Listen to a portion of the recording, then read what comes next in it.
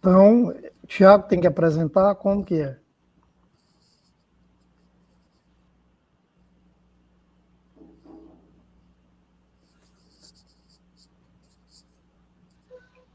Boa noite, podemos começar. Olá, boa noite. Hoje é dia 15 de setembro de 2021. Estamos começando mais um webinar em comemoração ao Dia Mundial da Segurança do Paciente. Em nome da Sobrasp, eu desejo a todos uma boas-vindas e que todos consigamos agir agora para um parto seguro e respeitoso. Nós sabemos que é o slogan deste ano, e o cuidado materno e neonatal seguro é a temática, estamos todos muito felizes em tê-los conosco, Convidamos a todos, inclusive, a conhecer o trabalho da Sobrasp, no site e nas redes sociais, e se você ainda, por um acaso, não é sócio, fica o convite para fazer parte desse trabalho tão importante. Eu tenho a honra aqui de estar apresentando esse webinar com um time de peso, Tenho aqui ao meu lado, de maneira online, a Rossana Francisco. A Rossana Francisco, ela é professora associada de disciplina de obstetrícia da Faculdade de Medicina da USP, chefe do Departamento de Obstetrícia e Ginecologia da FAMUSP e presidente da SOGESP. Temos também a Denise Leão Sugitani, eu treinei, acho que deu certo. Deu certo, é fundadora e diretora executiva da Associação Brasileira de Pais de Bebês Prematuros, a ONG prematuridade.com. Convido a todos a conhecer o trabalho da ONG, muito bom. E também mestre em nutrição clínica e imunologia na Inglaterra. E o João Batista Lima, médico obstetra, diretor clínico do Hospital Sofia Feldman, em Belo Horizonte, e também especialista em melhoria pelo IHI, Institute for Healthcare Improvement. Só para a gente passar um breve roteiro, já vou falar na sequência como é que vai ser a ordem, mas sejam todos muito bem-vindos. Se quiserem uma palavra inicial, e depois a gente já vai passar a palavra, seguimos na sequência o João, depois a Rossana e depois a Denise. E teremos, lembrando, um espaço para discussão no final do webinar, que também vai ser muito produtivo.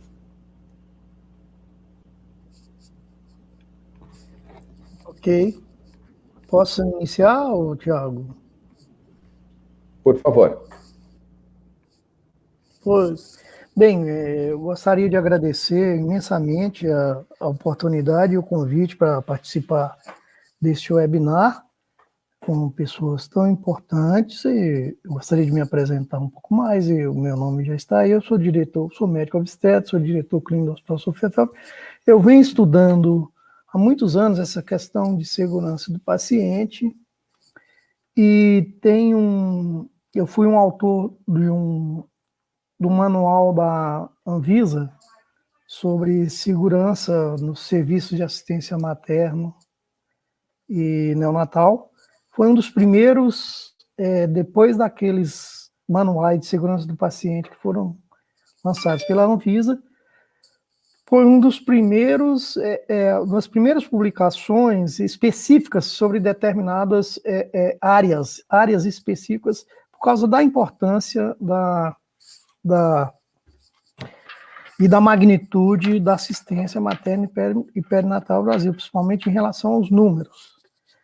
O Hospital Sofia Feldman é uma maternidade de Belo Horizonte, em Belo Horizonte, que em número de nascimentos é a maior do país.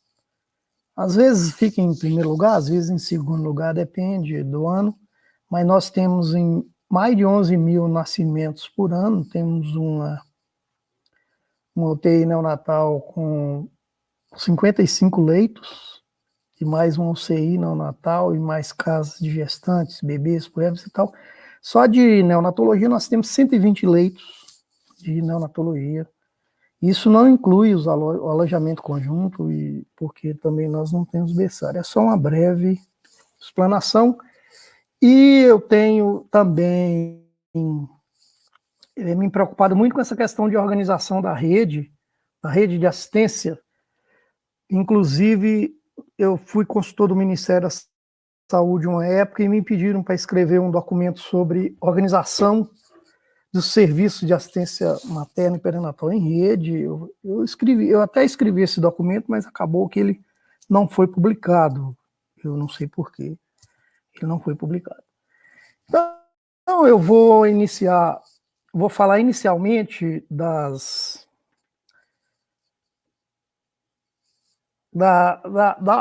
um pouco da história da organização em rede, logicamente, saúde materna e perinatal, mas inicialmente da assistência à saúde em rede.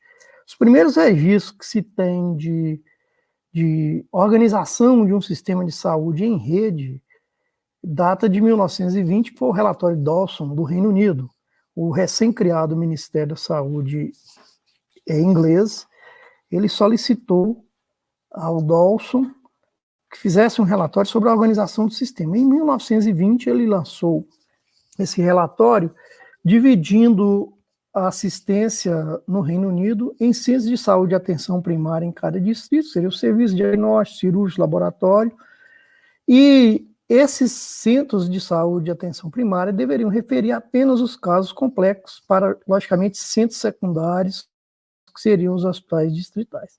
Na época, esse relatório ele sofreu muita resistência no país e acabou não sendo implementado, mas com a criação do Sistema Nacional de Saúde inglês em 1948, esse modelo de organização acabou sendo implementado no Reino Unido e continua dessa forma até hoje, logicamente, com algumas pequenas modificações.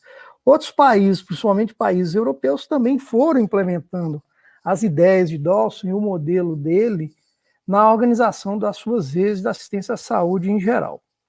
Em relação à assistência obstétrica e neonatal, o que existe registro de organização em rede, especificamente da assistência obstétrica neonatal, data mais ou menos da década de 60, principalmente final da década de 60 e nos anos 70, que alguns países envolvidos, países europeus e também os Estados Unidos, já começaram a implementar essas redes específicas para a assistência perinatal, com o objetivo de identificar gestações de alto risco e transferir, logicamente, para hospitais de maior complexidade dentro da mesma região da rede.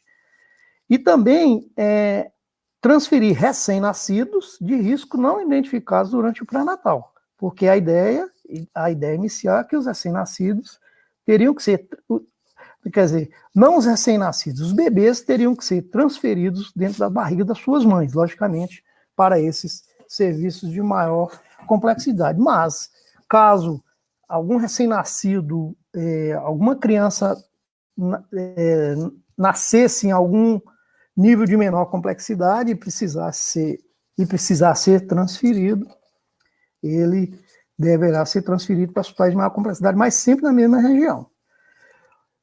O desenho da rede sempre define claramente que cada região, aí depende da população, obviamente, de como se define os territórios, depende de cada país, de cada estado, de cada província desses países, e nos Estados Unidos, os estados americanos, e que eles são subdivididos em regiões, né, de saúde, e cada região de saúde tem que ter um hospital especializado.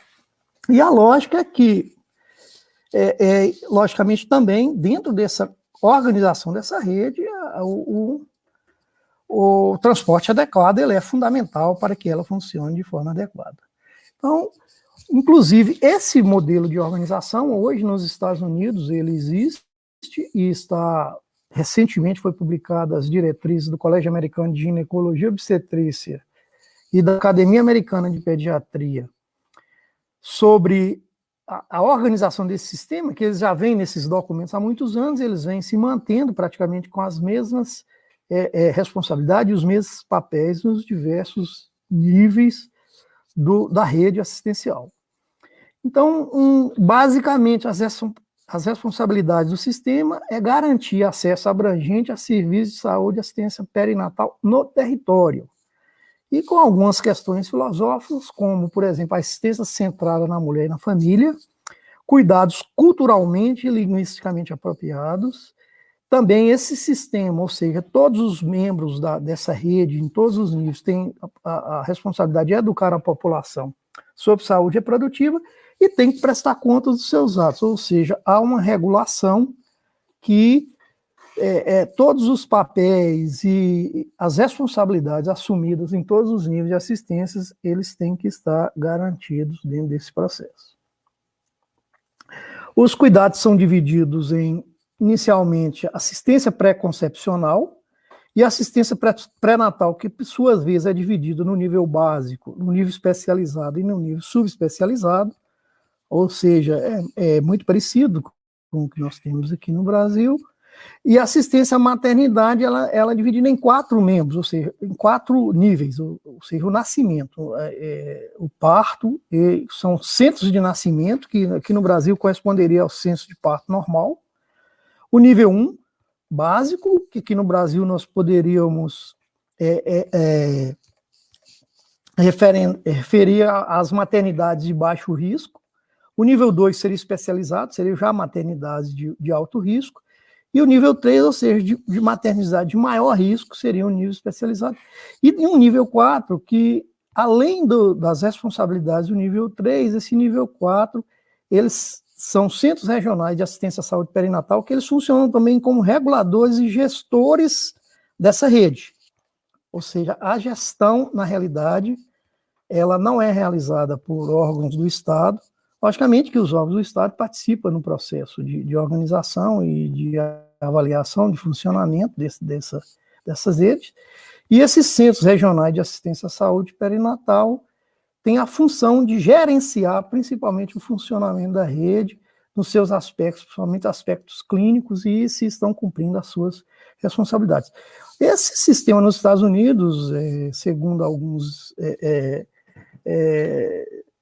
artigos mais recentes, está sofrendo um pouco, está sendo um pouco ameaçado por causa da questão da concorrência, já que nos Estados Unidos a assistência à saúde ela é basicamente privada, e nessa rede entra todos os serviços, sejam eles públicos, sejam eles privados, ou seja, serviços estatais, serviços privados fazem parte dessa assistência, e logicamente a maior parte do financiamento desses serviços, eles são financiados com recursos do sistema da saúde suplementar. Não é nem saúde suplementar nos Estados Unidos, é da saúde mesmo privada, das seguradoras de saúde, planos de saúde. Então, ele tem sido abalado mais recentemente por causa das questões concorrenciais e questões de mercado. E no Brasil, especificamente, já na própria normalização do SUS, nas leis, na lei orgânica, na lei que criou o SUS, na lei orgânica da saúde, e em todas as NOAs, as normas de organização de assistência à saúde, as normas de organização básica, a questão de organização da saúde em rede, ela está bem estruturada, ou seja, estruturada assim, do ponto de vista normativo, né, do ponto de vista da normatização. Em relação à rede de assistência obstétrica, o que ficou mais bem estruturado em termos normativos foi com a criação da Rede Cegonha em 2011, com seus 4 componentes: o pré-natal, o parto e nascimento, o puerpério e atenção integral à saúde da criança, e transporte sanitário e regulação. Ou seja, no Brasil, o Brasil não carece, do ponto de vista normativo, de melhorias em relação a isso, mas, logicamente, existem muitos desafios do ponto de vista funcional. Então, todas essas diretrizes, a 930 de 2012, do ponto de vista que é a organização da atenção integrada e humanizada ao recém-nascido grávido, que define claramente os níveis de assistência aos recém-nascidos, as unidades de canguru, as unidades de cuidados intermediários e as unidades de terapia intensiva. Também a organização da atenção à saúde na gestação de alto risco, com a especificação das maternidades de nível 1, as maternidades de nível 2, dentro dessa portaria, e também as diretrizes para implantação e habilitação de centro de parto normal. Então, quando a gente fala em assistência em rede de segurança no cuidado materno natal, a gente tem que pensar como que essa rede, a organização dessa rede pode impactar, por exemplo, na mortalidade materna, que no Brasil em torno aí de 58 por 100 mil nascidos vivos, praticamente em torno de 60 por 100 mil nascidos vivos, porque pelas condições socioeconômicas que nós temos, e inclusive de recursos de assistenciais que o Brasil tem, é considerada uma mortalidade materna alta para as condições brasileiras. E nós nunca devemos esquecer o NIRMIS materno, que seriam aquelas situações graves, aquelas complicações graves que as mulheres podem ter no período gravídico e puerperal, que não levam à morte, mas levam à quase morte. Esse NIRMIS não tem, existe na aviação civil NIRMIS, é quando quase acontece um desastre, mas o desastre não acontece. E existe também na questão de segurança do paciente, em outras situações, por exemplo, quando quase uma transfusão incompatível foi para ser executada uma medicação errada, era para ser executada, mas algo aconteceu que impediu aquilo de ser feito. Esse NIRMIS aqui, ele tem outra conotação, é as mulheres que têm complicações muito graves e que quase morrem, mas não chegam à morte. A morbidade fetal infantil ainda são elevadas no Brasil, e a gente tem que discutir, entre outras ações, qual o papel da rede de assistência obstétrica neonatal nesse território e como que essa rede poderia contribuir para reduzir essa mortalidade. É lógico, nós sabemos que não é só a organização da rede, não é só o funcionamento da rede que vai impactar de maneira significativa, mas existem mortes quando a gente analisa os casos de mortes maternas, faz análises individuais desses casos de morte materna, em muitas situações a gente identifica problemas relacionados ao funcionamento da rede de assistência, que em algum momento oportunidades foram perdidas e que essa vida poderia ter sido salva se a mulher tivesse acesso a tratamentos oportunos e no nível adequado. Isso aí tem muito a ver com a organização da rede. Então, outra coisa importante também que a gente tem que sempre colocar, porque é muito comum no Brasil se colocar muita responsabilidade sobre a atenção básica, ou sobre a assistência pré-natal, sobre a mortalidade materna. Mas é praticamente consensual na literatura, quando a gente analisa as causas de morte materna, que a sua maioria são relacionadas a situações emergenciais. Muitas vezes situações não previsíveis. Quando você pega as principais causas de morte, por exemplo, como hipertensão, hemorragia e sepsis, infecção, que são as 3 principais causas de morte materna no Brasil. E essas situações emergenciais, quando elas surgem, dependendo do local, há uma necessidade muito grande, lógico, em qualquer local, em qualquer situação, de necessidade de acesso a tratamento em tempo hábil. E para isso é fundamental, dependendo do local onde essa primeira complicação surge, o funcionamento adequado de uma rede para que essa mulher tenha acesso a tratamento em tempo hábil. E sabe-se também, a gente sabe pelos estudos de impacto e ações na comunidade, por exemplo, que as mortes fetais infantis, em geral, elas sofrem um forte impacto por ações no nível primário de assistência.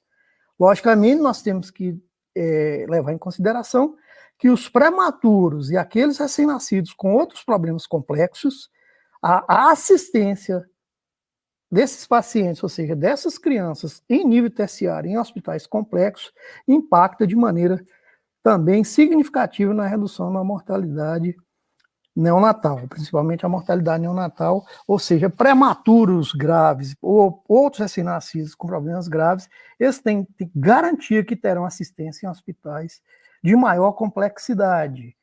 E isso depende muito do funcionamento dessa rede, ou seja, se as mulheres estão sendo identificadas de maneira adequada, estão sendo transferidas em tempo oportuno para esses hospitais de nível de complexidade, onde essas crianças irão nascer e, consequentemente, receberão o tratamento adequado de acordo com suas necessidades.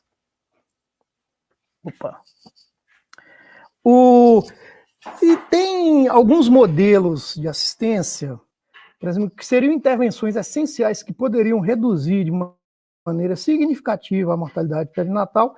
Eu não vou entrar muito em detalhes, mas do ponto de vista da atenção comunitária, tem várias intervenções, o Centro de Atenção Primária com várias intervenções e os hospitais de nível 1 e de referência com várias intervenções que podem impactar, ou seja, seria na gravidez 6 intervenções a nível comunitário,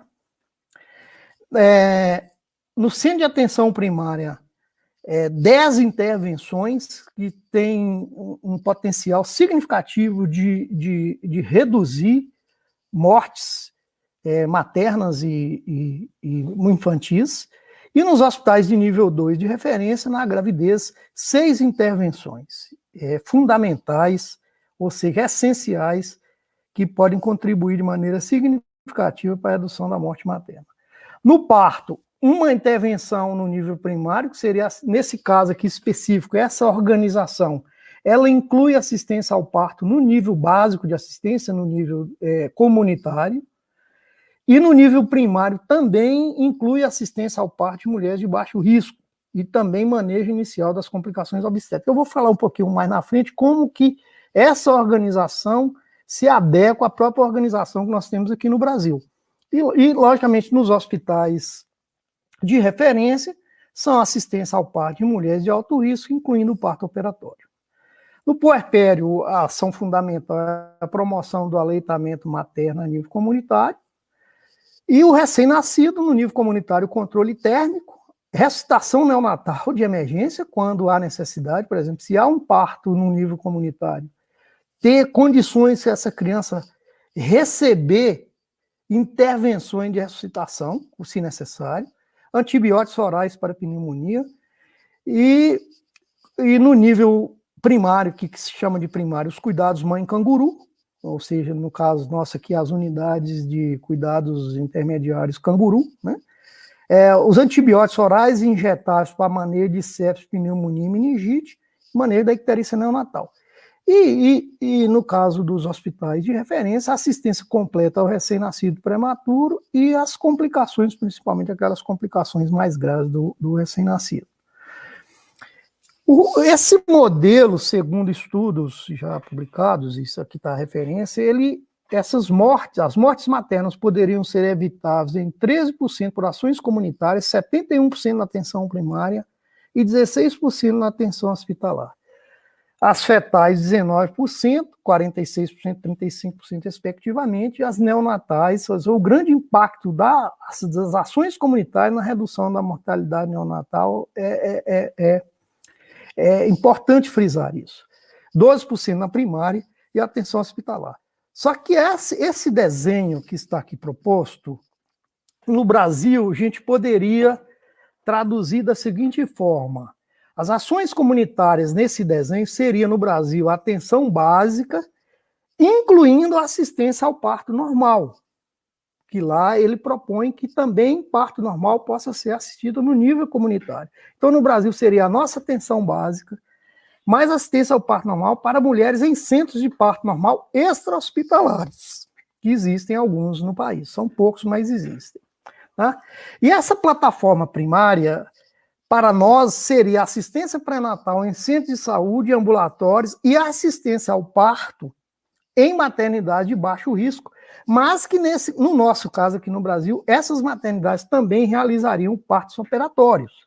Ou seja, mulheres de baixo risco, cujo parto não evolui e há necessidade de se fazer uma cesariana. Por exemplo, essas maternidades elas já são instrumentadas e capacitadas a realizar esses partos operatórios, e que não são ainda consideradas maternidades de alto risco.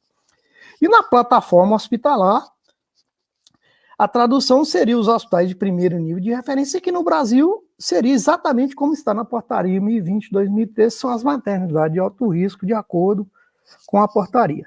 Então, esse desenho que, nessa publicação que eu mostrei para vocês, que está proposto, que poderia impactar no Brasil, do ponto de vista normativo, isso já está bem definido.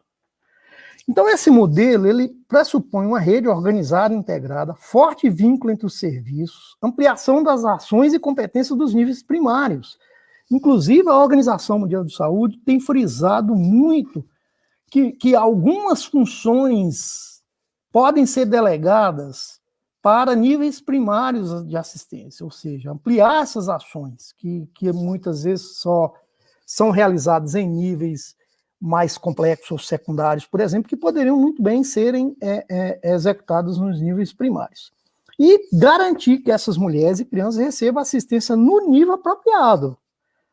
incluindo os mais complexos em tempo hábil. O nível apropriado, ou seja, o nível apropriado de acordo com a necessidade e a complexidade que aquela mulher e essa criança têm. Então, e algumas coisas no Brasil a gente sabe que são muito complicadas. Hoje, praticamente, embora exista a normatização, praticamente não existe unidades, do ponto de vista neonatal, por exemplo, unidades de cuidados intermediários. Quando existe assistência neonatal mais complexa, praticamente é tudo UTI neonatal. Você quase não encontra unidades de cuidados intermediários. Eu viajei muito por esse país, visitei muitas maternidades de referência pelo Brasil inteiro, e praticamente o bebê teve problema, vai para a UTI. Não existe um cuidado intermediário, ou seja, então não é apropriado. Uma criança que tem um problema que não precisa de terapia intensiva, e ele está dentro de uma terapia intensiva, ele não está recebendo cuidado no nível apropriado, ele está recebendo cuidado no nível que não é apropriado para as suas necessidades. E é bom a gente sempre falar do modelo das 3 demoras, que o modelo das 3 demoras foi um modelo proposto por Tadeusz em 1994, que as mulheres, em relação à questão da mortalidade materna, as mulheres morrem basicamente por 3 demoras. A primeira demora é o tempo transcorrido entre o início da complicação e o reconhecimento da necessidade de transporte, até um ponto de atenção. A segunda demora é o tempo que transcorre após sair de casa até chegar ao ponto de atenção. E a terceira demora é o tempo transcorrido entre a chegada no ponto de atenção até receber cuidados qualificados. E quais são os determinantes dessas 3 demoras? Como nós podemos atuar para evitar essas 3 demoras? A primeira demora são ações comunitárias de educação e esclarecimento ao público a respeito das complicações da gravidez e onde e como buscar ajuda em tempo hábil. A primeira demora no Brasil, na minha opinião, pelas análises que a gente faz de casos de morte materna que a gente encontra, não é o principal. Mas a segunda e a terceira, sim. Então, por exemplo, reduzir distância e condições de acesso.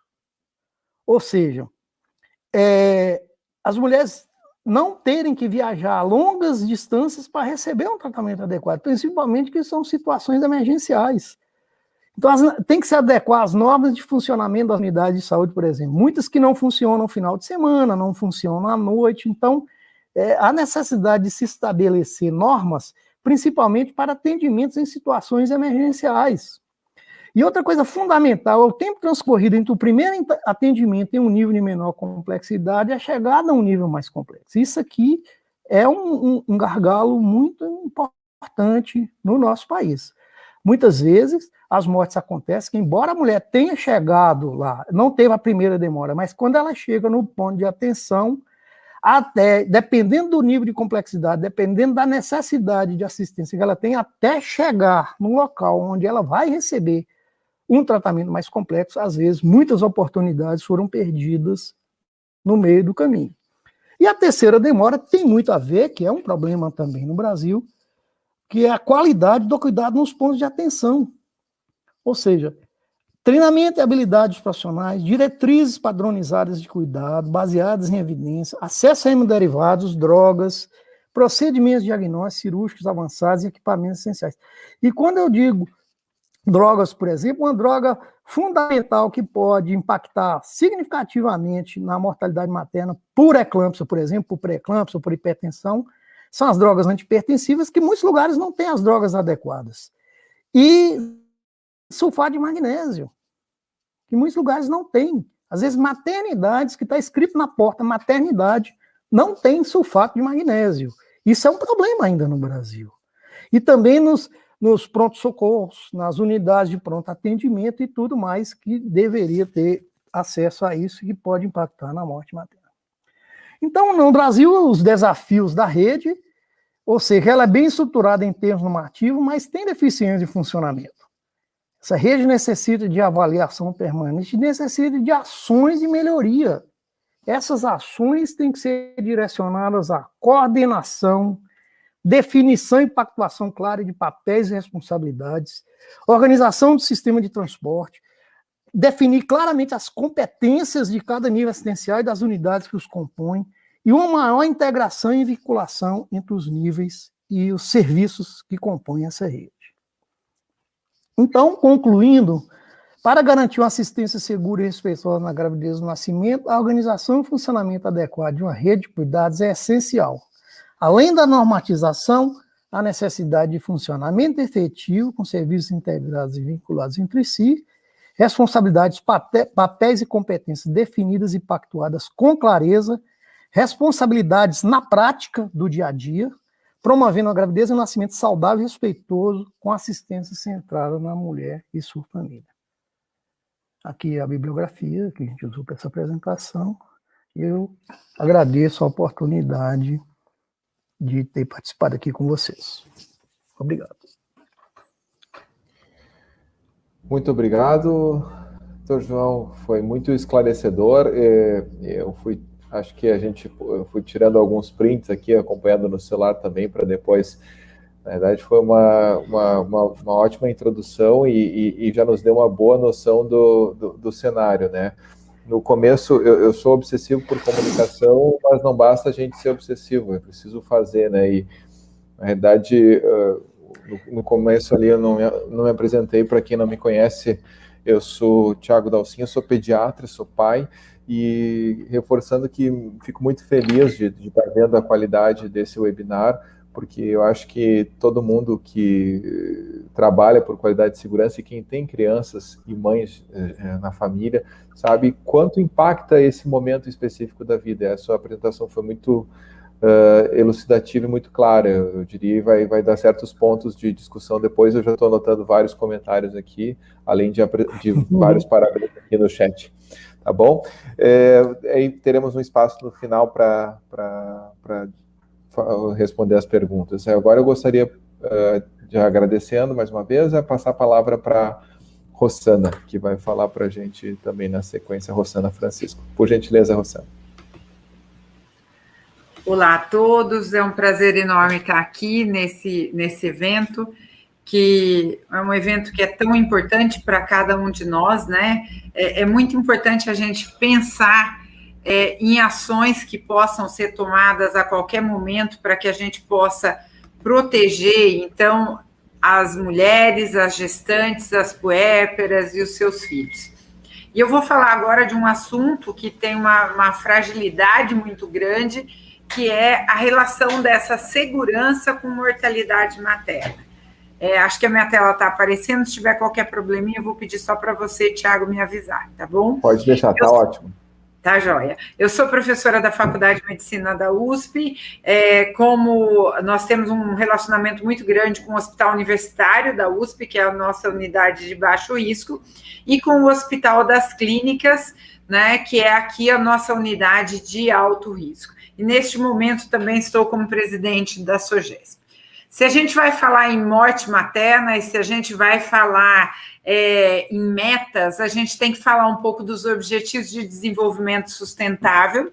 E nesses Objetivos de Desenvolvimento Sustentável, são 17 objetivos para transformar o nosso mundo. E esses objetivos foram determinados antes da gente passar por essa pandemia, mas é muito importante que a gente não perca de vista esses objetivos, porque são os objetivos para o ano de 2030.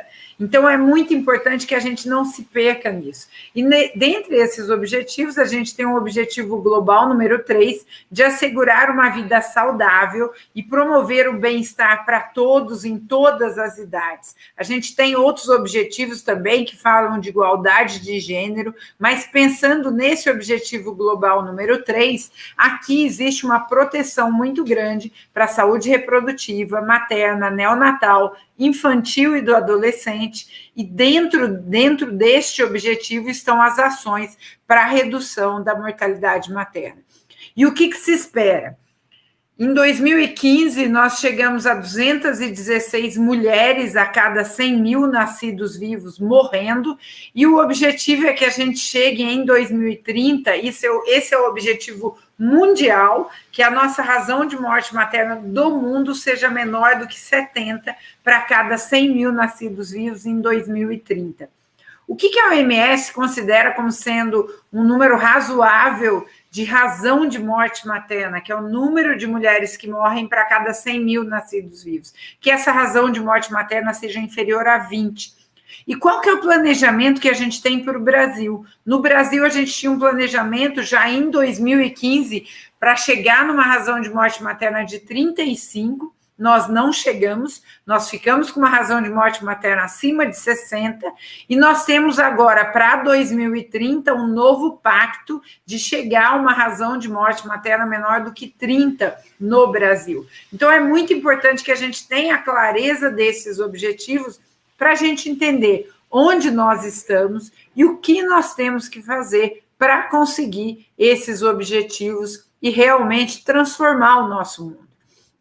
Nesse ponto, é com muita alegria que a gente vê a escolha da Organização Mundial de Saúde como tema para o Dia Mundial de Segurança do Paciente, o cuidado materno e neonatal, e é importante que a gente diga que isso é uma campanha mundial, que aqui no Brasil a gente teve a alegria da Sobrasp estar unindo as outras entidades e criando a Aliança para um Parto Seguro e Respeitoso. Mas o lema da campanha, Haja Agora por um Parto Seguro e Respeitoso, é um lema mundial, e é um lema que passa a ter uma importância muito grande neste momento que a gente está vivendo essa situação da Covid-19. Mas mortalidade materna não é só Covid-19. E quando a gente pensa em salvar as vidas dessas mães, o que é necessário? Vontade política e compromisso. Esse é um dos pontos que a gente pede e que é até um dos objetivos dessa aliança. Contracepção e serviços de aborto seguro, sistemas de saúde estruturados. O João acaba de dizer que, mesmo que legalmente essa estrutura esteja montada, a gente não vê essa estrutura funcionando como deveria. Uma melhoria no acesso a cuidado de qualidade antes, durante e após o parto. Uma prestação de contas. Todas as mortes precisam ser contabilizadas e as causas registradas. A gente ainda tem no Brasil uma subnotificação muito grande. Existe uma necessidade de se procurar a morte de mulher em idade fértil para tentar identificar os casos de morte materna. Então, essa subnotificação e essa dificuldade que a gente tem de ter dados acessíveis, nós temos um problema muito grande de acesso aos dados. Esses dados precisam ficar mais fáceis, e depois eu vou apresentar para vocês um pouquinho do Observatório Obstétrico, que tem um dos objetivos de deixar esses dados fáceis para que todo mundo possa estar analisando. Outro ponto importante, saúde e bem-estar. Nós precisamos de nutrição, educação, saneamento básico, higiene e todos os esforços para alcançar todas as mulheres em todos os lugares. Nós temos um desafio muito grande nesse país continental de organizar essa rede, de fazer com que tudo chegue a todas as mulheres. Porque nenhuma mulher deveria morrer durante a gestação e o parto. E é isso que a gente tem que ter em mente. Quando o João falou das 3 demoras, né, as 3 demoras são uma forma muito fácil para que a gente possa pensar o que está atrapalhando tanto. Então, a gente, às vezes, fala que as condições econômicas, sociais e culturais e as características da doença vão levar a um problema na fase 1, né, uma demora na decisão de procurar cuidado, que a distância, a condição de transporte e custo levam uma demora em chegar a uma unidade de saúde, que a qualidade do cuidado prestado influencia na fase 3, numa demora em receber os cuidados adequados, mas, na verdade, essa qualidade também influencia em outros pontos, a distância também influencia na demora de procura de um local para um cuidado adequado. E por que é importante a gente, falando em morte materna, a gente falar da mortalidade materna por Covid-19 no Brasil?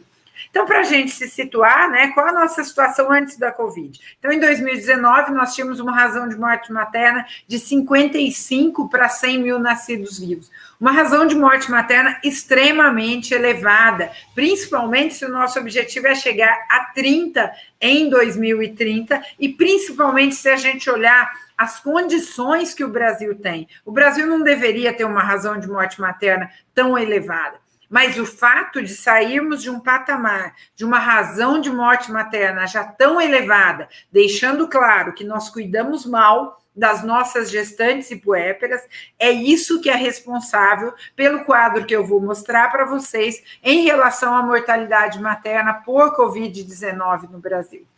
Algo que atrapalhou muito no cuidado das gestantes foi o fato de que, inicialmente, as gestantes não foram consideradas como grupo de risco para a Covid-19.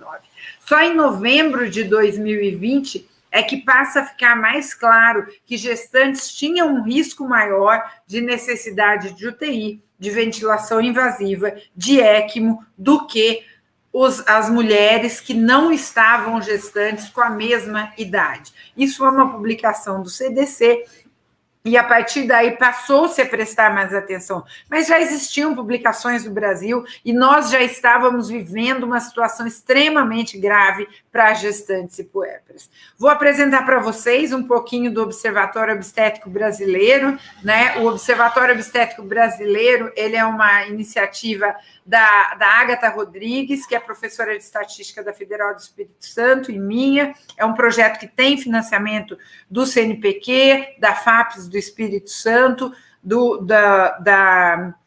Bill e Melinda Gates, e tem o objetivo exatamente de trabalhar um pouco naquilo que a gente coloca que é uma das formas de você combater a mortalidade, que é dar clareza aos dados, é trazer os dados para que esses dados sejam públicos, porque apenas com dados reais e públicos é que a gente vai conseguir trabalhar para essa redução da mortalidade materna. Então, ele é uma plataforma interativa, a gente tem o objetivo de monitorar muito mais do que o Covid, então a gente vai monitorar outras plataformas também de saúde, socioeconômica, ambientais, sempre voltadas para a saúde materna e infantil, e o nosso objetivo é ser uma referência de informações acessíveis e confiáveis, e por conta disso nós só trabalhamos com bases oficiais e públicas. Então, quando alguém fala, poxa, não é bem isso, eu não acho que o meu estado está nessa situação, a gente só trabalha com dados fornecidos pelas secretarias estaduais de saúde para o Ministério da Saúde. Hoje a gente já conta com 4 painéis de visualização, um deles é indicadores obstétricos. O que acabou sendo mais conhecido é o Covid-19 gestantes e puérperas. Nós temos também o Observatório Obstétrico Covid-19 1000 dias, que vai mostrar um pouco de como está a situação das crianças até 2 anos em relação à Covid-19, e eu vou mostrar isso para vocês também. E um outro painel que para a gente é muito caro, que é o Observatório Obstétrico Qualidados, onde vai ser possível que municípios e estados, hoje já é possível, possam observar qual é a qualidade dos dados que eles estão produzindo. Porque se nós não investirmos em qualidade de dados, nós não vamos conseguir melhorar. Então, esse é o painel inicial do observatório. Neste observatório de Covid-19, a gente tem a participação do Lucas Lacerda, que é um aluno de estatística da professora Ágata, então da Federal do Espírito Santo. Essa é a distribuição dos casos de Covid pelo nosso país, e aqui a gente vê o número de casos de Covid que a gente tem. Deixo para vocês que quem quiser se inscrever na newsletter vai ter semanalmente uma atualização de como estão esses casos. E o que a gente pode ver em relação à mortalidade materna por Covid-19 no Brasil? Em 2020, nós tivemos 459 óbitos por Covid-19. Em 2021, esses dados estão atualizados em 8 de setembro, nós já temos 1.400 mortes maternas por Covid-19. Para que todo mundo entenda a dimensão disso, o total de mortes maternas no ano de 2019, onde nós não tínhamos Covid, foram 1.575 mortes maternas. Então, em 2021, só as mortes por Covid, em pouco tempo, a gente acredita que elas vão ultrapassar o total de mortes maternas por todas as causas, hipertensão, hemorragia, infecção e outras causas do ano de 2019. Isso vai fazer, quando a gente olha os dados de 2020, apesar de ainda serem dados parciais, a nossa razão de morte materna subiu de 55 em 2019 para 69 em 2020. E quando a gente olha os dados parciais de 2021, lembrando que 20 e 21 esses dados não estão consolidados, a nossa razão de morte materna já ultrapassa 100 para cada 100 mil nascidos vivos. Isso mostra a fragilidade que nós temos enfrentado no nosso país em relação ao cuidado de gestantes e puérperas. Um outro ponto importante e que mostra também essa fragilidade da rede. Apesar da rede existir muito bem desenhada, ela não funciona bem. E onde ela não funciona bem? Os leitos de unidade de terapia intensiva, eles estão mais vinculados à rede de urgência e emergência do que à rede cegonha.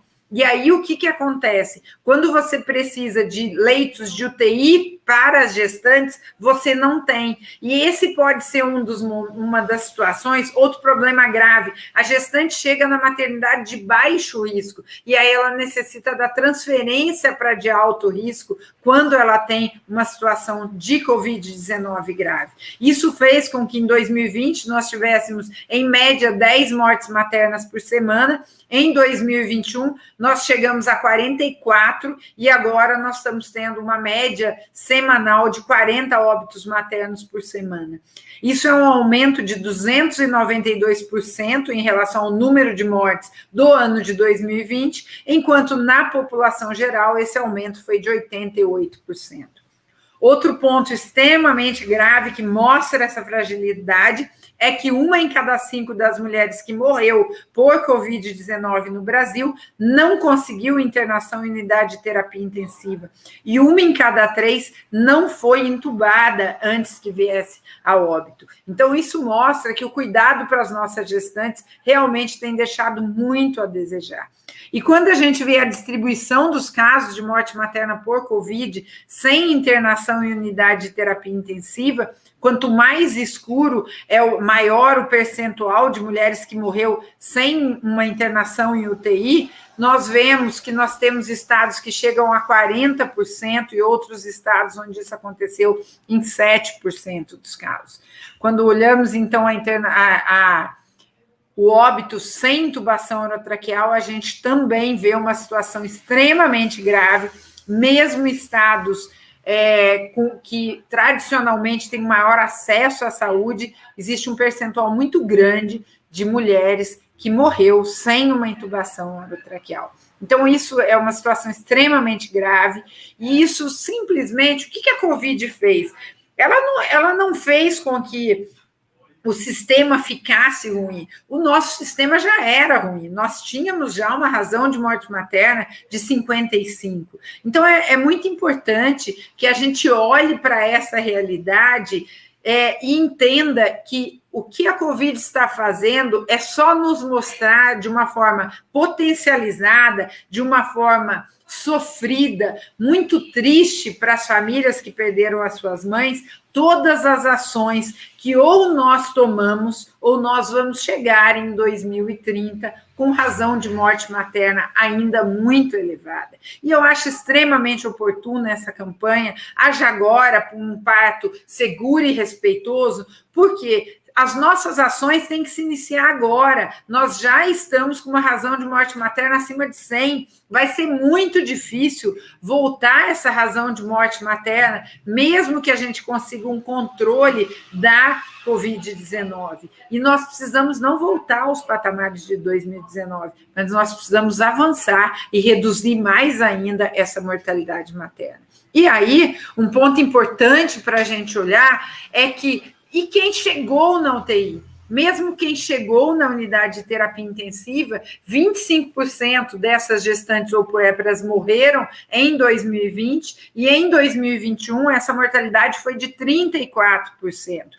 E isso, eu posso testemunhar para vocês, é uma situação bem diferente do que a gente viveu, por exemplo, no Hospital das Clínicas. Nós ficamos como referência para casos graves de Covid-19. Nós tivemos, no ano de 2020, 76 mulheres internadas em unidade de terapia intensiva, E no ano de 2021, nós tivemos 116 mulheres internadas em unidade de terapia intensiva, e nossa mortalidade em 2020 foi de 10%, e em 2021, quando nós conseguimos aprender um pouco mais dessa doença, a mortalidade foi de 5%.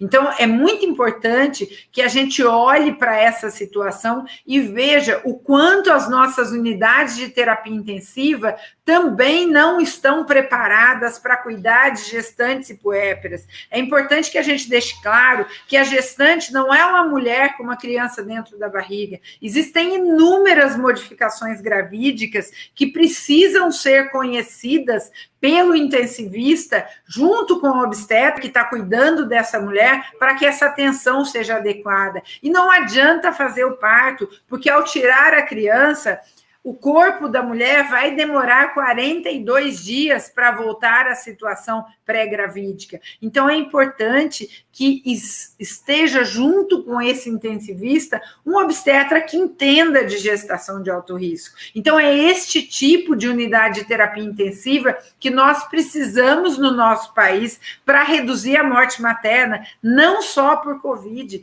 para reduzir a morte materna por hipertensão, por infecção e por hemorragia. Então, nós precisamos olhar para tudo isso e pensar o que nós queremos para a mortalidade materna no nosso país.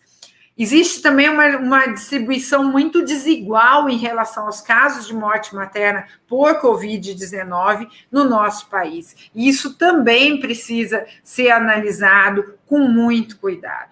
E qual é a situação atual? Nós tivemos, então, aqui o pico de 2020, aqui casos e aqui óbitos, né? Aqui nós tivemos esses outros picos aqui, então um pico em março, outro pico mais aqui para junho, né, de número de casos, e aí a gente passa a ter também um número elevado de mortes maternas por Covid-19. E qual é o nosso desafio e o que a gente tem que investir na vacinação contra a Covid-19 para gestantes e puérperas?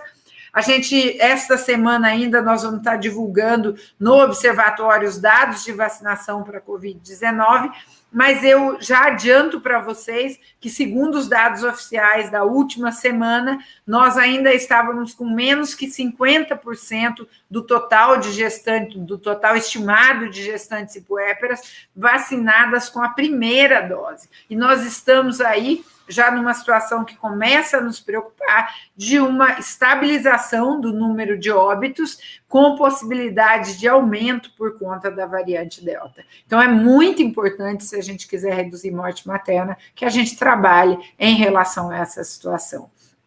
E aí, eu não poderia deixar de colocar para vocês, né, os dados de mortalidade de crianças até 2 anos de idade para o síndrome respiratória aguda grave no Brasil e os óbitos por Covid. Então, em 2020, nós tivemos 33.455 internações de crianças até 2 anos de idade por síndrome respiratória aguda grave.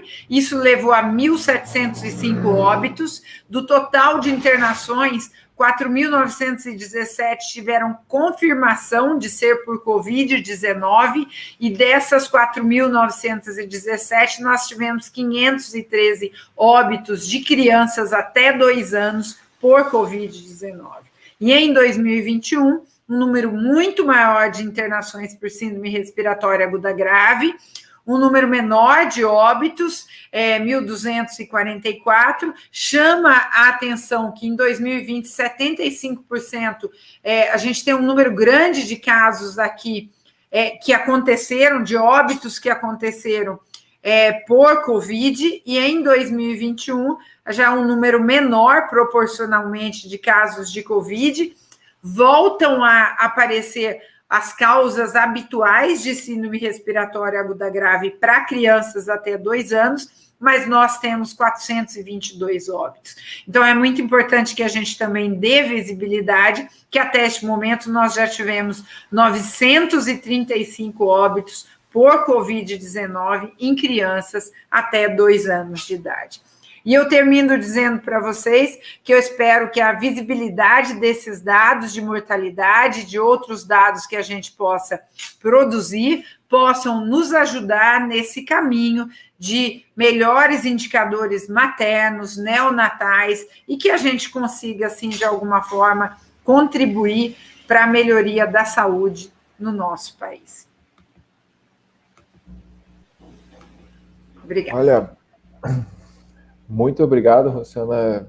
Até tomei um fôlego aqui, porque dados bem impactantes, né? Eu concordo com o que a Nádia Teixeira colocou, uma realidade triste, mas também a gente observa a importância dessa iniciativa, né? O professor Vitor falou, o Observatório Obstétrico Brasileiro é uma grande iniciativa, e a gente só está tendo acesso com essa clareza por causa dessa iniciativa, né? Então, sem dúvida nenhuma, eu acho que a gente juntou hoje, nessa noite, um Dream Team, o professor colocou ali, e te agradeço mais uma vez pela apresentação, foi muito, muito impactante também, e acho que vai dar margem para a gente conversar mais no final.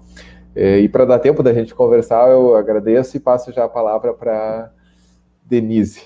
Denise, está contigo. Boa noite. Obrigada, doutor Tiago, boa noite, doutora Rosana, doutor João, boa noite a todos que nos ouvem.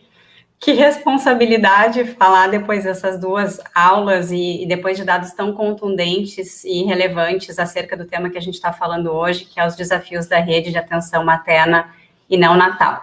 Vou contribuir com algumas informações, puxando um pouco a brasa para o nosso assado da prematuridade, mas que tem tudo a ver com o tema que a gente está falando aqui. Deixa eu compartilhar a minha janela. Vocês estão vendo aí? Tiago, só me confirma se está ok. Ok? Tá bem. Então, já me apresentaram, eu sou a Denise, diretora da Associação Brasileira de Pais e Familiares de Bebês Prematuros. Falando rapidamente o contexto da nossa associação, nós somos a única organização hoje em âmbito nacional trabalhando por prevenção do parto prematuro e por garantia dos direitos e interesses das famílias e dos bebês, garantindo melhores cuidados. Temos, o orgulho de ter essas alianças nacionais e internacionais para a gente trabalhar junto com essa missão, com esses propósitos. Fazemos isso através de campanhas de sensibilização, ações beneficentes, colaboração em pesquisa, capacitação de profissionais, apoio às famílias e também atuamos bastante nas questões de políticas públicas. Aqui é uma imagem que ilustra bastante o que a gente está falando hoje, e um dos grandes desafios que é a gente poder garantir uma gestação saudável, desejada, né, e com isso ter um desfecho, então, de um parto seguro e respeitoso, né, que é o que todos queremos. E com isso também evitar os nossos bebês prematuros, que hoje são aí uma grande parcela das nossas próximas gerações, e evitar também complicações, né, em decorrência de uma gestação não acompanhada, ou, enfim, dos NIRMIs, como bem disse, né, o doutor João Batista, e a prematuridade não é a principal, mas é uma das consequências, né, quando a gente não tem uma rede de atenção materna e neonatal bem estruturada e bem atuante, né, não adianta só ter a teoria, a gente precisa ter a prática também. Então, só falando assim, rapidamente da prematuridade, né, o prematuro é aquele que nasce com menos de 37 semanas de gestação, mas nem sempre o prematuro é aquele que está na UTI neonatal, né, então o bebê prematuro muitas vezes vai para casa, né, mas é um bebê que continua sendo prematuro, que inspira cuidados, e a gente sabe que hoje a prematuridade é a principal causa de mortalidade infantil antes dos 5 anos de idade. Então, por isso que o parto prematuro ele é tão impactante que até a criança completar 5 anos de idade cronológica, ele pode vir a trazer alguma complicação que pode, né, trazer o óbito. E aqui no Brasil, a prematuridade, ela causa 10 vezes mais óbitos de crianças do que o câncer, né, então realmente é um grave problema social aqui para a gente. Então, em torno de 12%, né, uma média, varia para cada região, mas uma média de 12% dos nossos bebês nascem prematuros, que coloca aí o Brasil entre os 10 países, né, com o maior número de nascimentos precoces, em torno de 340 mil nascimentos prematuros todos os anos aqui para a gente. A prematuridade, ela tem um impacto gigantesco, social, intersetorial, e mesmo para quem não tem entre seus familiares ou amigos um bebê prematuro, todos somos impactados, tem impacto para os cofres públicos, né, para a saúde pública, a internação em UTI neonatal é muito cara. A ONG Prematuridade.com fez um levantamento em 2019 com 4.000 famílias, em termos de, em vários parâmetros, um deles era a média do tempo de internação dos seus bebês prematuros, e essa média foi de 51 dias. E aí a gente, quando, né, vai verificar o preço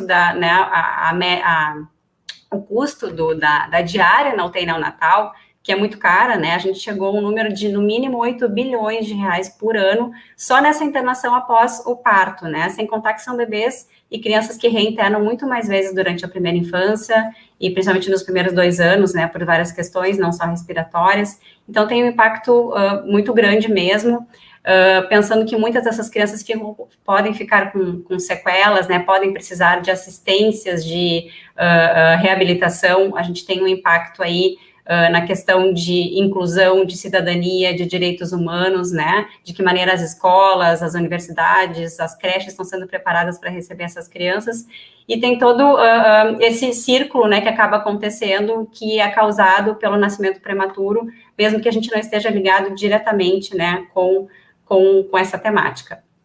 Falando das redes de atenção, né, e já foi falado aqui, impossível a gente não falar de rede cegonha, quando a gente fala de rede de atenção materna e neonatal, mas trazendo só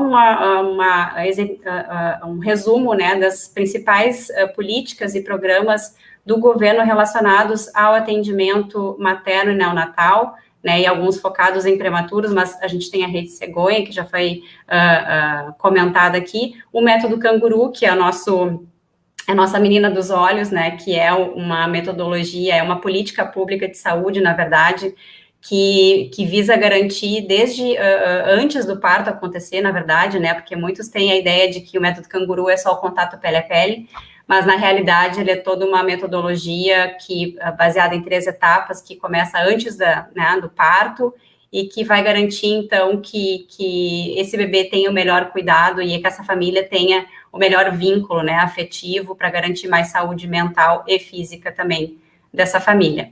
A gente também tem o programa Primeira Infância Melhor, que é o Criança Feliz, em alguns estados, até vi que tinha gente do Criança Feliz do Nordeste participando aqui do chat, e é muito legal, porque esse é um programa que também é voltado para a primeira infância, que tem muito a ver com a qualidade da atenção às crianças no seu desenvolvimento, né, para a primeira infância, que é de 0 a 6 anos, mas falando de prematuridade especificamente, são crianças que precisam de um olhar interdisciplinar muito precoce.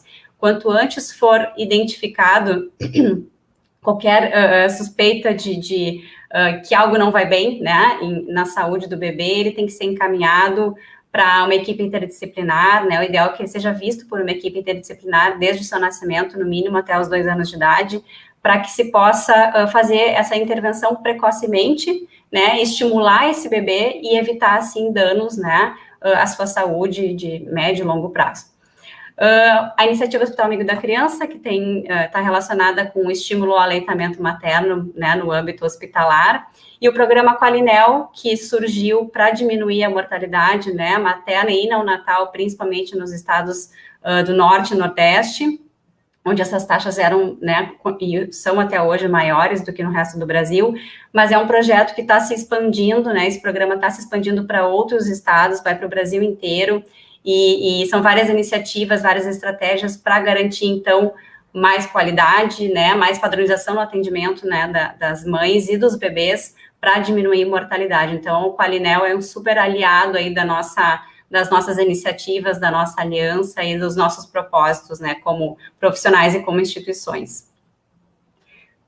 Desculpa.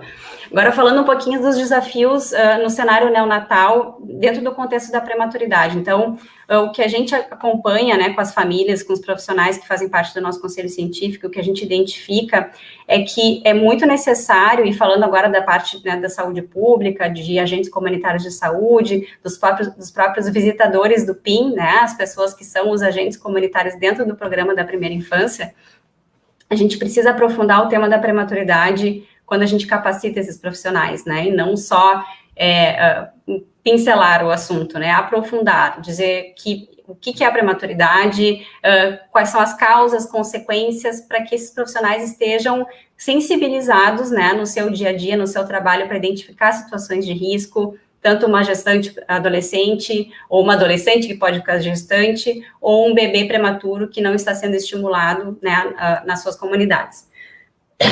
Desculpa.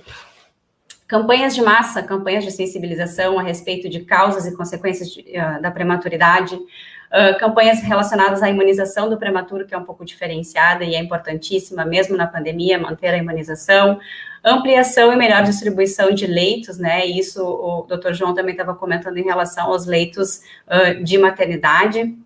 O mesmo acontece com os leitos de UTI neonatal. Hoje a Sociedade Brasileira de Pediatria recomenda que, de acordo com o número de nascimentos que a gente tem no Brasil, deveríamos ter em torno de 30% a mais de leitos de UTI neonatal do que temos hoje, né? E dentro dos contextos das UTIs, a gente precisa garantir acesso dos pais, e isso foi uma coisa que a pandemia trouxe de ruim, muitas UTIs fecharam as portas para os pais, né, então os pais foram considerados visitas e as visitas também estavam suspensas, então a gente teve bastante contato, né, e fizemos várias intervenções e conversas com maternidades e UTIs neonatais a respeito disso, de que, na verdade, a própria Organização Mundial de Saúde, o Ministério da Saúde, a recomendação oficial de todos e baseado nas evidências, né, que se tem, a presença dos pais é essencial, eles fazem parte do cuidado do prematuro, então eles têm que estar dentro, né, da UTI, obviamente que em casos de infecção por Covid ou, né, outras situações, isso deve ser manejado, mas fora isso, os pais devem estar ao lado dos bebês. Então, o método canguru, a garantia de que o método canguru aconteça, isso a gente vai com certeza evitar muitas sequelas para esses bebês, eles vão ter alta precoce, né, vai aumentar o vínculo, a chance de aleitamento materno, são só benefícios com o método canguru.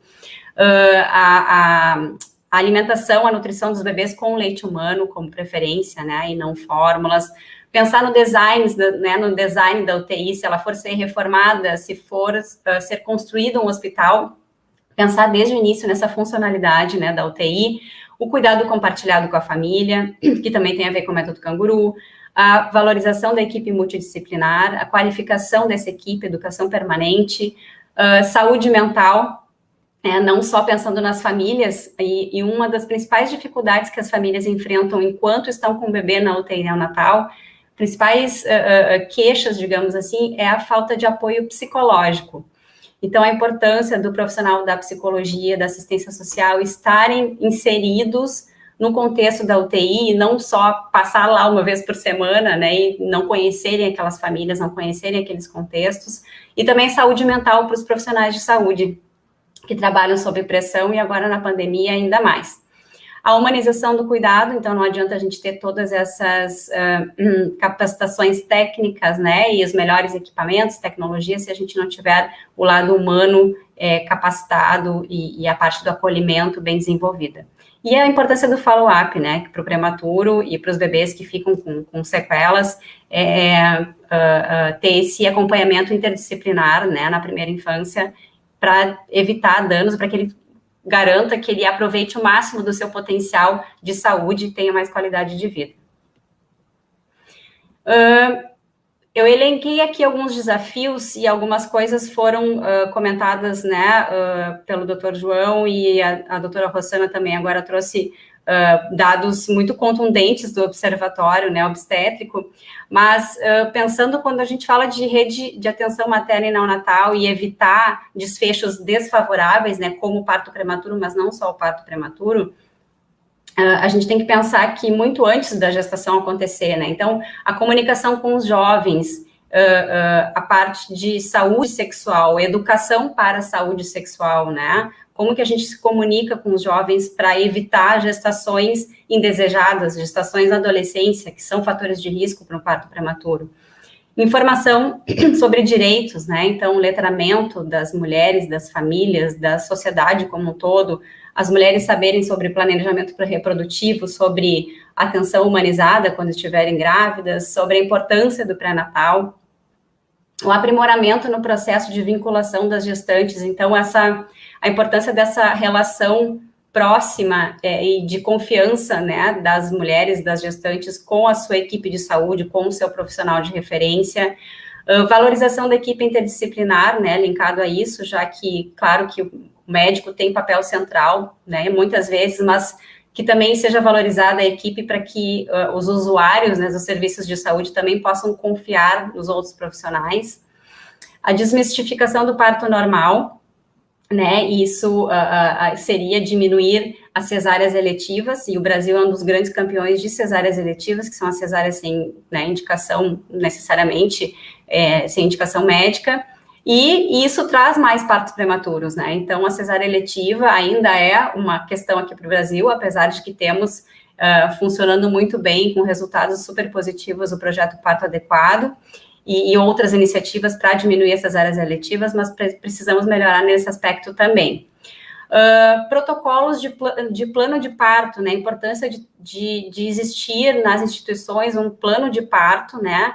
Para que seja garantido que aquela gestante vai ter um parto mais seguro possível, mas também respeitoso, né, de acordo com as suas crenças. E aí, fazendo esse processo do plano de parto antes de chegar o momento, né, o grande momento, a grande hora, isso fica registrado, e as chances de acontecer alguma coisa que não saia, né, que não seja respeitosa ou que não seja segura é muito menor.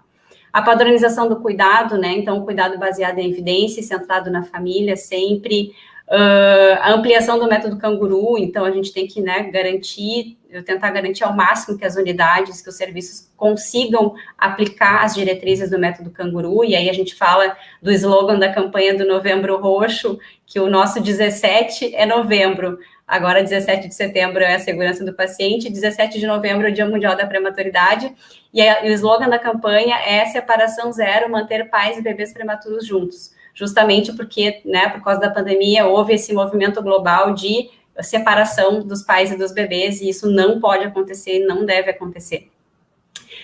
Melhorias na continuidade do cuidado, então, né, alguns estudos mostram que a questão da comunicação entre os trabalhadores, os próprios trabalhadores dos serviços de saúde, desconhecerem, né, como funciona e quais os outros serviços da rede de atenção de saúde, como eles funcionam.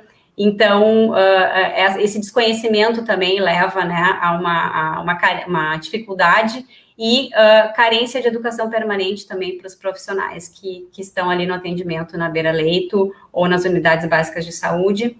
E uma outra coisa que eu considero importante, como representante de uma organização da sociedade civil, acho que é fundamental a participação dos usuários dos serviços de saúde na construção desses protocolos ou na revisão desses protocolos. Então, muitas vezes parece estar perfeito no papel, é para funcionar na prática, mas tem detalhes que só quem está ali passando por aquela situação pode contribuir para melhorias, né? Então, eu acho que da nossa parte de organização de sociedade civil e representando as famílias, né, de bebês prematuros, a gente traria esses pontos, e quero dizer que a gente tem muito orgulho, muita honra de fazer parte da Aliança para o Parto Seguro e Respeitoso, e somos muito honrados de sermos parceiros da Sobrasp, e estamos à disposição para trabalharmos sempre aí por esse propósito, pelo parto seguro e respeitoso.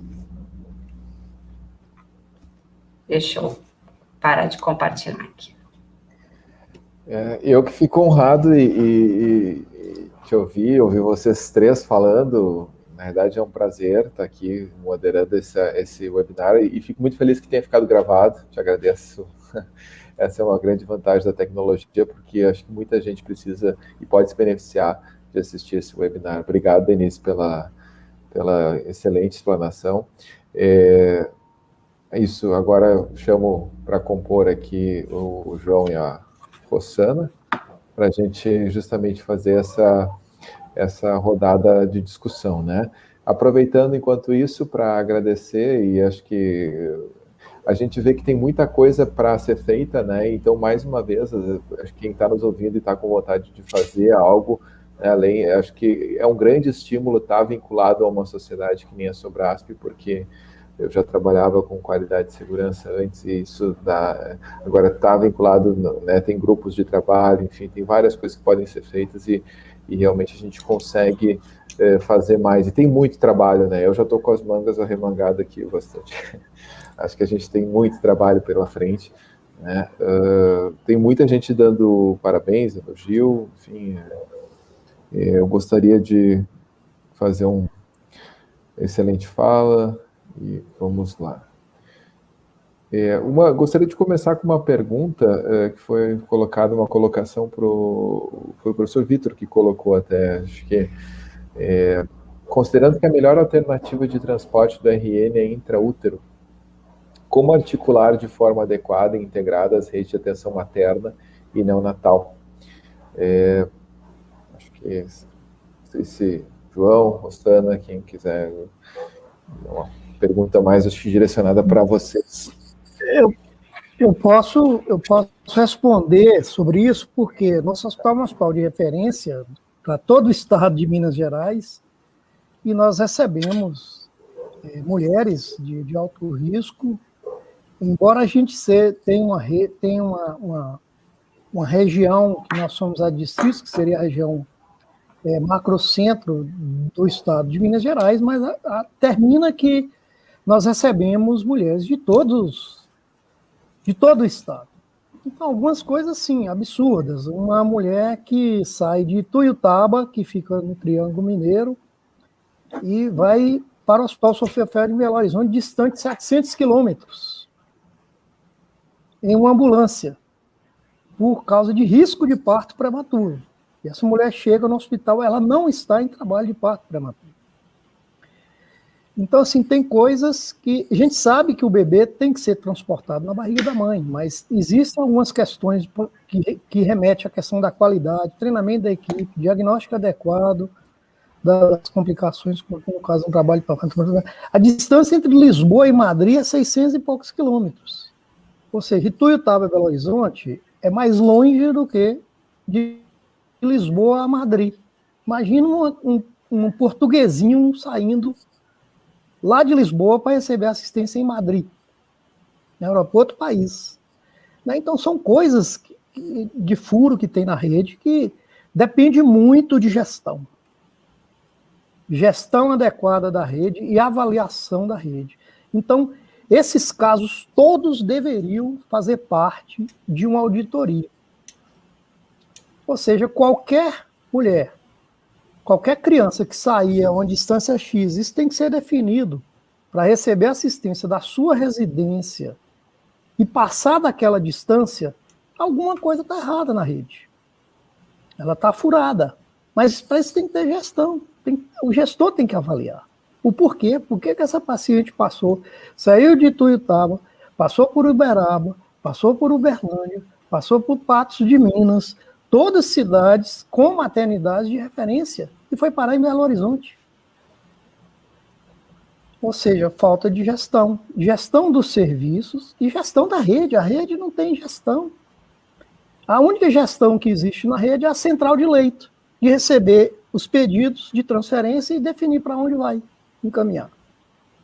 Então, assim, como a gente faz avaliação e a gente faz análise de causa-raiz nos nossos hospitais, quando nós temos eventos adversos, do ponto de vista da segurança do paciente, para determinar as suas causas, os determinantes, e poder melhorar, esses casos, eles têm que ser estudados na rede.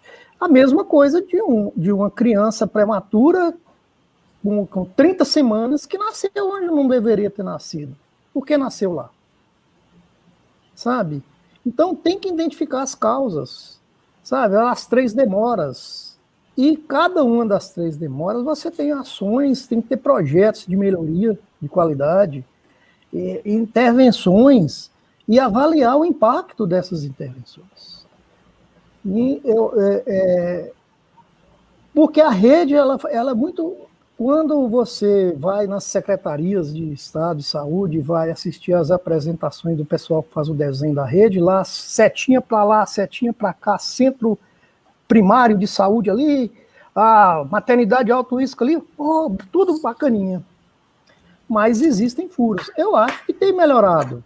no estado de Minas Gerais tem melhorado, mas parece que fica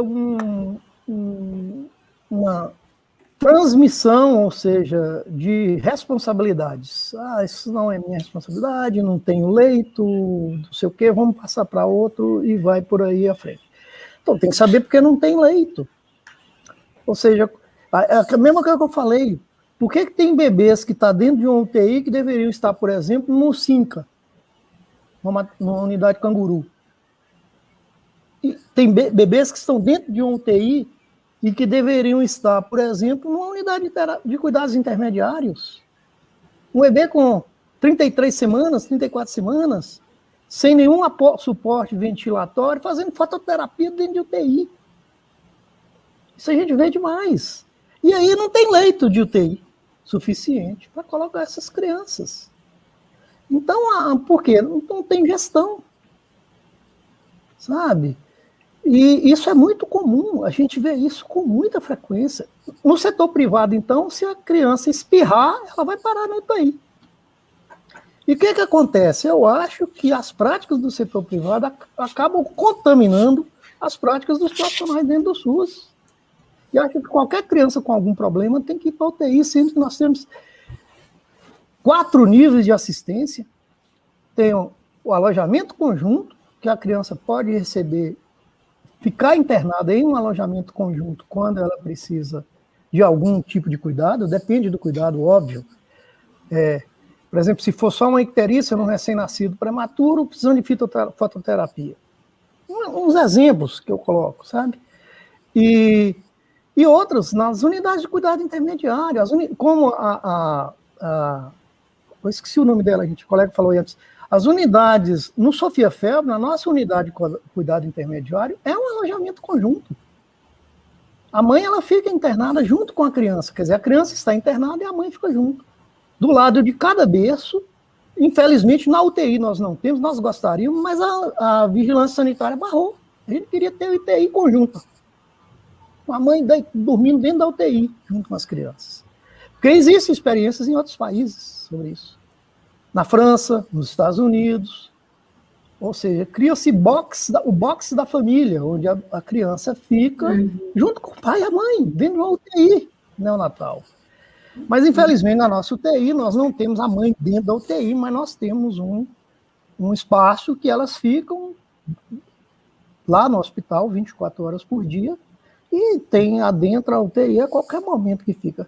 E na unidade de cuidado intermediário que nós temos, ela é um alojamento conjunto.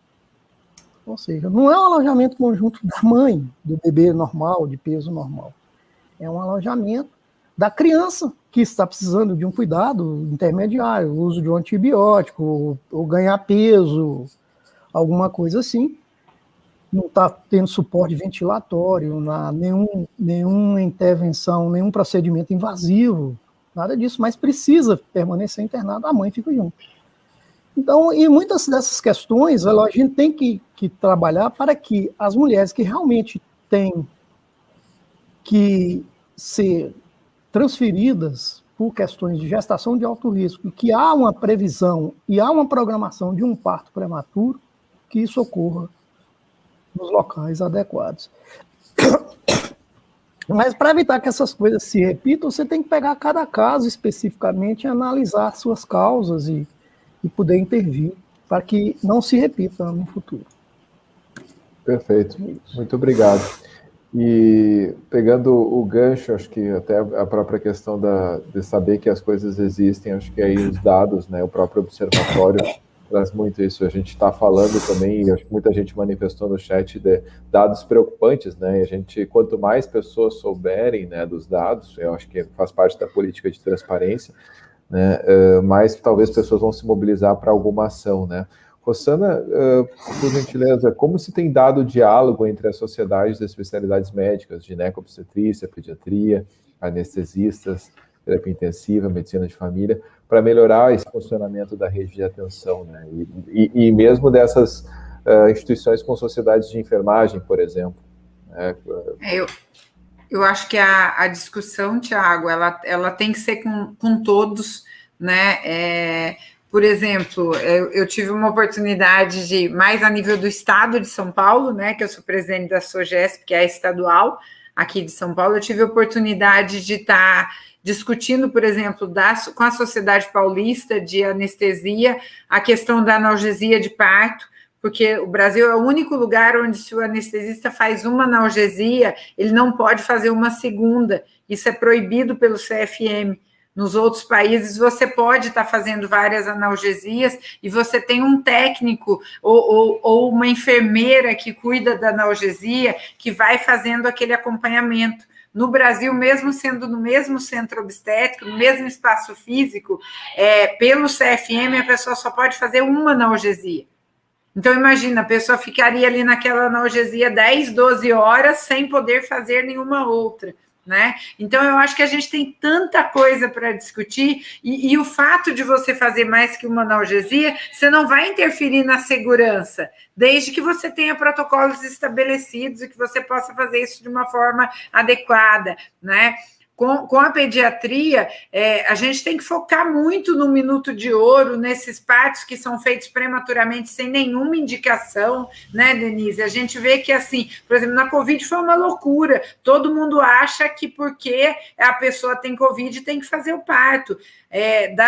Nós tivemos 169 mulheres que entraram gestantes na nossa UTI, e dessas, mais de 80 saíram gestantes e foram ter seus partos com 37, 38, 39 semanas, quando elas entraram em trabalho de parto. Então, todo aquele isolamento que a Covid traz, elas puderam viver os seus partos do melhor jeito possível, né? A gente tem uma gestante que ficou na UTI com a gente de 22 a 29 semanas, fez uma pré-eclâmpsia com 34 semanas e teve o seu parto normal com 37 semanas, né? Então, é muito bom. E não é porque você tem uma doença, qualquer uma que seja, que tem que ser um parto prematuro. E isso no Brasil ainda cria muito problema. Então, quando foi perguntado pelo Vitor, né, a questão também da gente olhar para o útero, sim, como um local de cuidado, a gente precisa baixar essa ansiedade das pessoas. Se você trabalha bem com gestação de alto risco,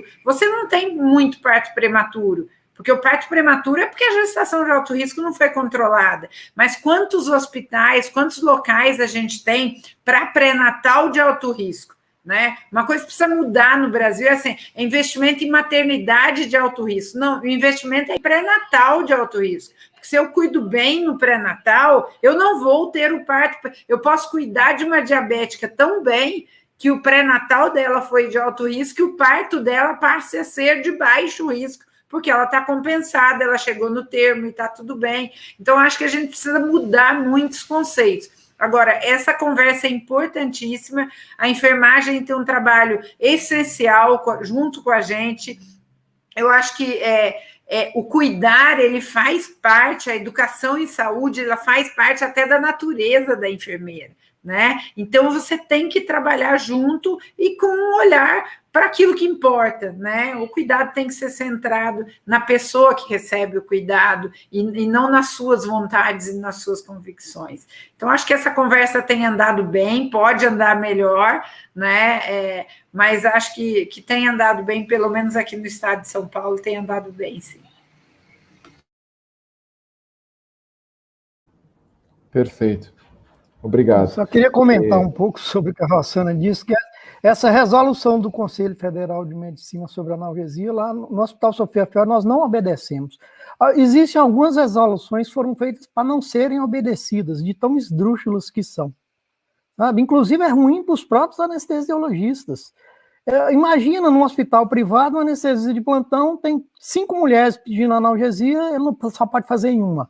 Na prática, a gente sabe que nos hospitais privados ninguém obedece essa resolução do Conselho Federal de Medicina, né? Só no SUS. Tá? Hospital privado, nenhum anestesista obedece, porque o cara vai ficar 12 horas por conta de uma paciente. E ela é esdrúxula do ponto de vista de segurança do paciente, não tem o menor sentido. Foi uma resolução feita para anestesia geral, não foi para analgesia de parto.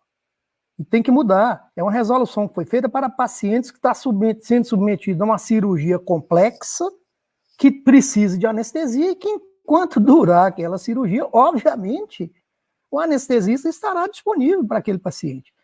Não é uma resolução, inclusive a analgesia do parto nem é considerado procedimento anestésico, sabe? A analgesia de parto é analgesia, é alívio da dor. A mulher continua andando, deambulando, não tem bloqueio motor, não tem nada. Então, quando ela fica anestesiada, foi uma complicação da analgesia, não deveria ficar, sabe? Então, nós não obedecemos lá. Simples. Faz-se a analgesia, a mulher fica monitorada 30 minutos, depois quem vai acompanhá-la são as enfermeiras obstétricas, todos monitorando os dados, tudo direitinho, e a evolução do trabalho de parto. Tá?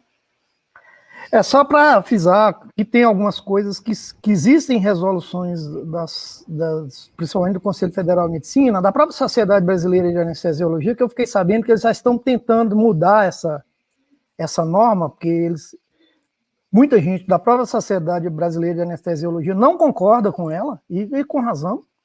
É uma confusão entre anestesia geral, anestesia para cirurgia complexa e uma analgesia de parto. Só para complementar isso. Perfeito. Obrigado. Ótimo. Inclusive, a Sueli Pedreira, gostaria de colocar aqui uma fala que ela colocou: ouvir quem fala porque faz, sabe, reconhece o seu porquê, seu para quê, é impagável. Que time! Eu acredito que a gente tem uma grande oportunidade mesmo de estar aqui ouvindo vocês e pegando o gancho nesse quem fala e faz também, né? Para ti, Denise, como que tu acha que a participação dos movimentos de mulheres e da sociedade civil pode contribuir, né, para a melhoria desse funcionamento da rede de atenção à saúde materna e neonatal? Até porque a gente está falando aqui, é muito trabalho que a gente tem pela frente, né? Se a gente quer realmente virar o jogo e atingir o objetivo sustentável, né? Quer dizer, realmente melhorar e dar aquela assistência que a nossa população merece, né?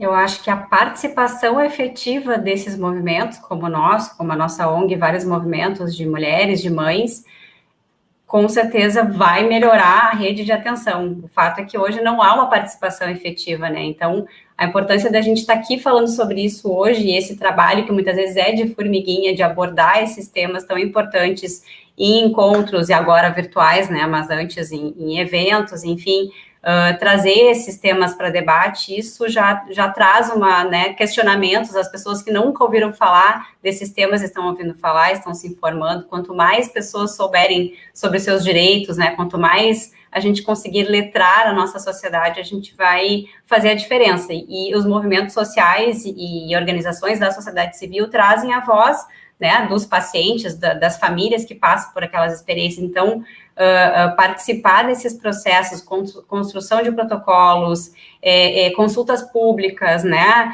construir grupos de trabalhos, fazer alianças, assim como nasceu a Aliança para o Parto Seguro e Respeitoso, e isso faz essa construção ser cada vez mais sólida, a gente construir, né, um posicionamento da Aliança para o Parto Seguro e Respeitoso para levar para o governo federal, para fazer mudanças. Então, essa construção em grupo faz toda a diferença, mas temos que participar mais, precisamos que esses movimentos participem mais para melhorar a rede de atenção.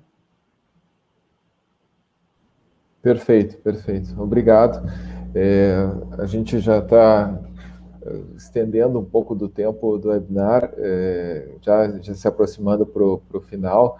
É uma pena, porque eu gostaria de passar mais um tempo com vocês aqui e dizer que foi uma honra realmente estar aqui. Aprendi muito ouvindo vocês. Agradeço também ao professor Vitor Grabois, o nosso presidente da Sobrasp, né, que, para quem não se filiou ainda, recomendo fortemente, né? Eu já tenho um relato pessoal, já trabalhava com qualidade de segurança, mas depois de estar junto com a Sobrasp, a gente ganha um ânimo, né, e trabalha com mais vigor, né? Agradecer a Aline Henneman também, que está nessa empreitada, participa da ONG também, e também na liderança, né, desse processo de organização do Dia Mundial. A Cláudia Corrêa, minha colega, que também estava no grupo aí de live, webinar. A Andréa Quaglio, que está aqui, na verdade, está atrás das cortinas virtuais, nos apoiando aqui também. Quer dizer, tem muita gente, a gente precisa de muitos braços, pernas mentes e corações, né, para trabalhar. E gostaria de, então, já que o lema é Haja Agora para um parto seguro e respeitoso, né, que vocês deixariam de mensagem para quem nos ouviu, né? Agradeço também, eu não posso deixar de agradecer a quem está nos ouvindo aqui ao vivo, a quem vai nos ouvir depois também.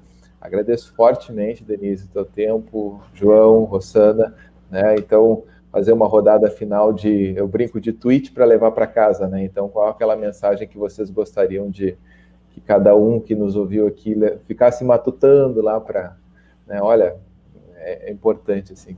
Então, mais uma vez, obrigado e faço essa rodada final de despedida aqui. Fazer o contrário, pode ser? Começar por ti, Denise? Pode ser. A minha mensagem final é de que essas discussões como a de hoje são importantes, que a gente precisa se informar e levar para a população que ela tem que estar informada. A informação, ela muda destinos. Então, dados como a doutora Rossana trouxe hoje e informações sobre a rede tão importantes como o doutor João trouxe, e a realidade de cada região é tão diferente, então informe-se, né, procure seus direitos, e com isso a gente vai conseguir mudar milhares de destinos, né, e de mães e de bebês aí Brasil afora. Excelente, obrigado. Rossana.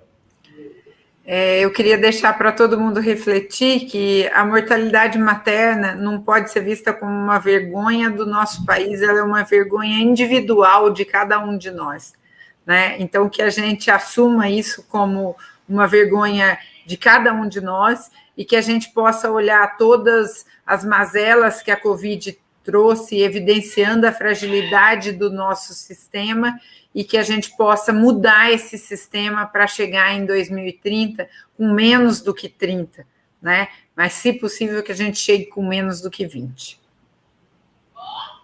Amém. João. A minha mensagem, eu acho que nós avançamos muito no Brasil nos últimos anos na questão da assistência obstétrica e neonatal, mas há muito caminho a ser andado ainda.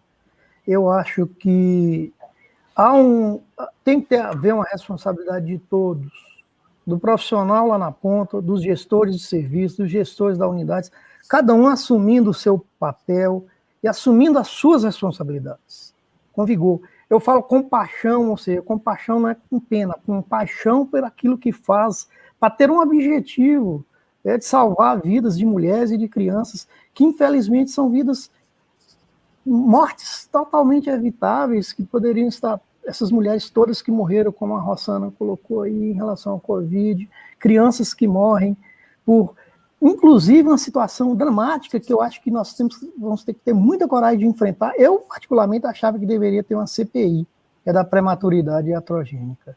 A Rossana falou sobre isso, e eu acho que a Denise também. Crianças que... aquela gestação de alto risco, entre aspas, porque não se controla direito e acha que a solução é o parto. E são crianças que vão parar em CTI, que vão ter sequelas ou vão morrer.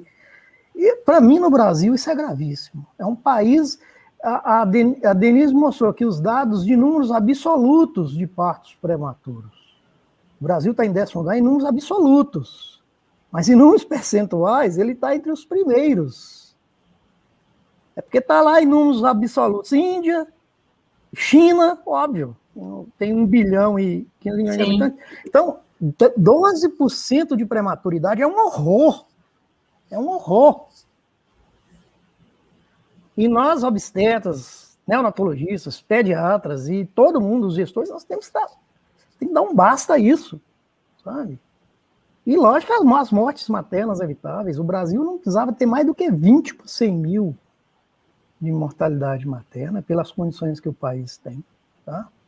É isso que eu quero dizer, e eu venho lutando há muitos anos isso, acho que vocês que são jovens vão ter que abraçar mais essa luta e continuar para frente.